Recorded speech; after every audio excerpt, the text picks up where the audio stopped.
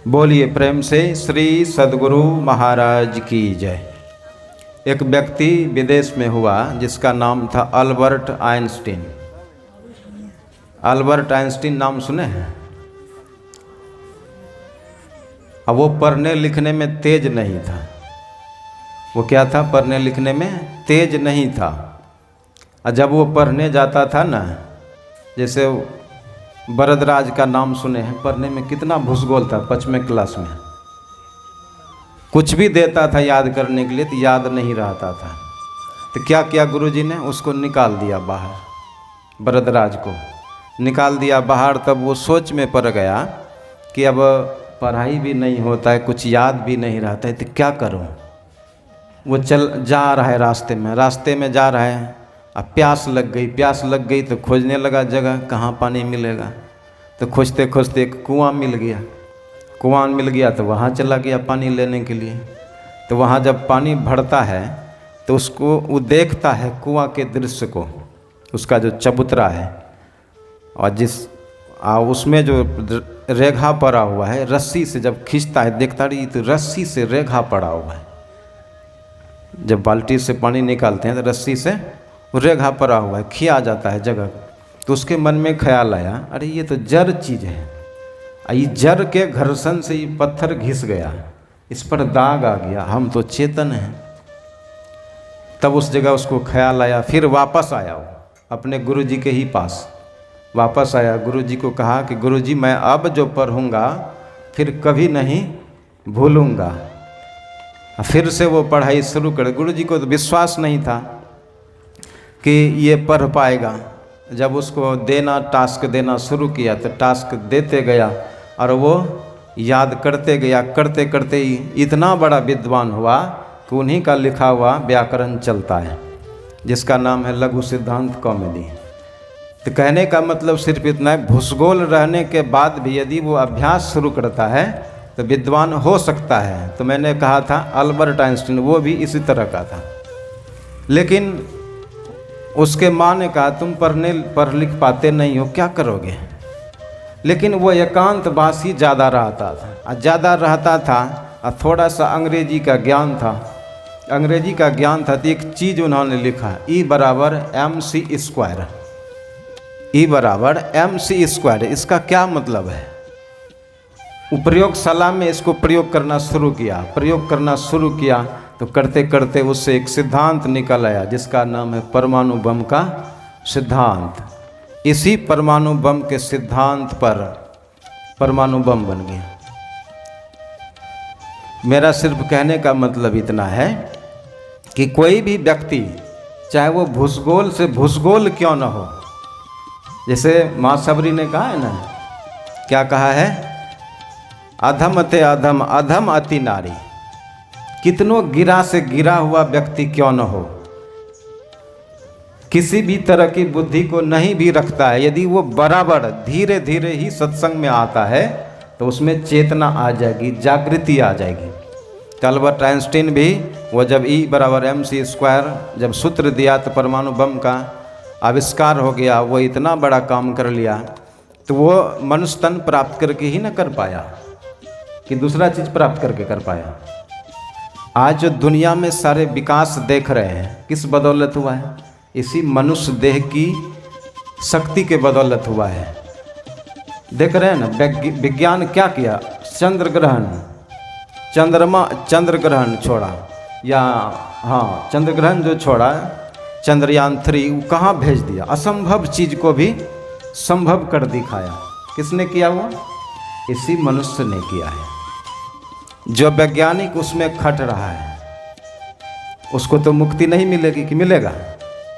मुक्ति नहीं मिलेगी, भले विशेष बुद्धि वाला काम किया है, मुक्ति नहीं मिलने वाली है। यदि उतना ही परिश्रम इधर कर लेता तो तब क्या होता?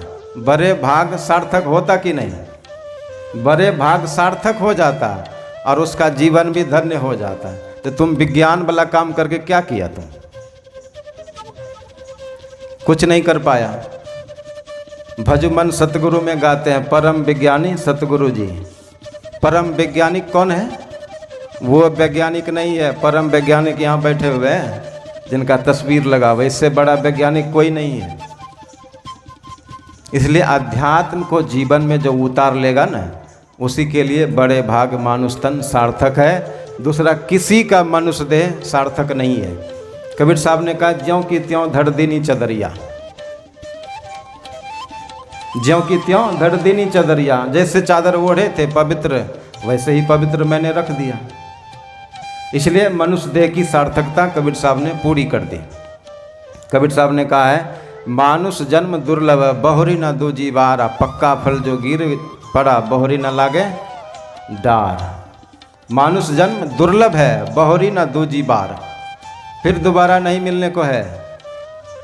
इसलिए मनुष्य तन मिला है, इसको समझो, बड़ा कीमती है, बड़ा मूल्यवान है। शराब दारू गांजा भांग पटवा बकड़िया खा के मत बर्बाद करो इसे।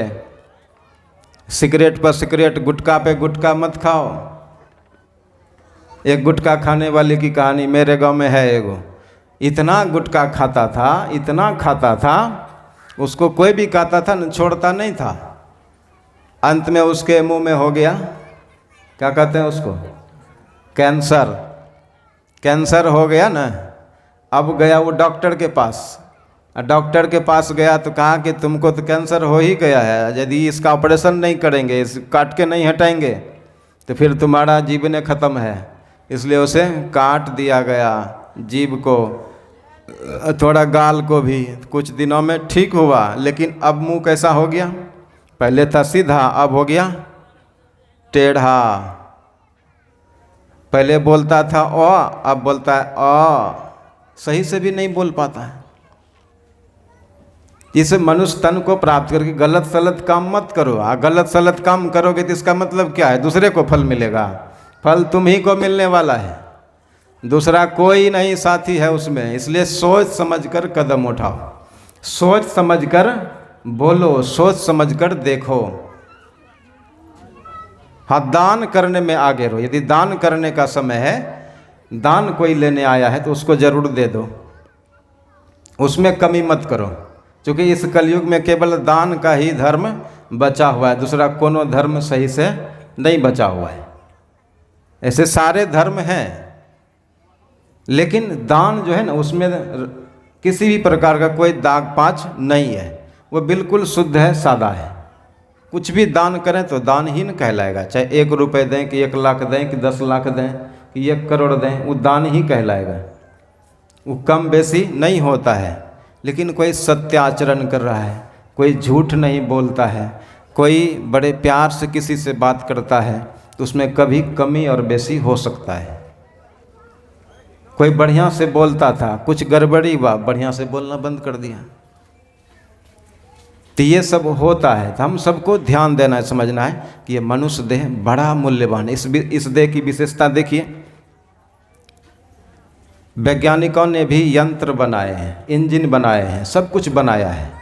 उस इंजन में या उस मशीन में ये ताकत नहीं है कि किसी भी रोटी से खून को बाहर कर दे। होगा?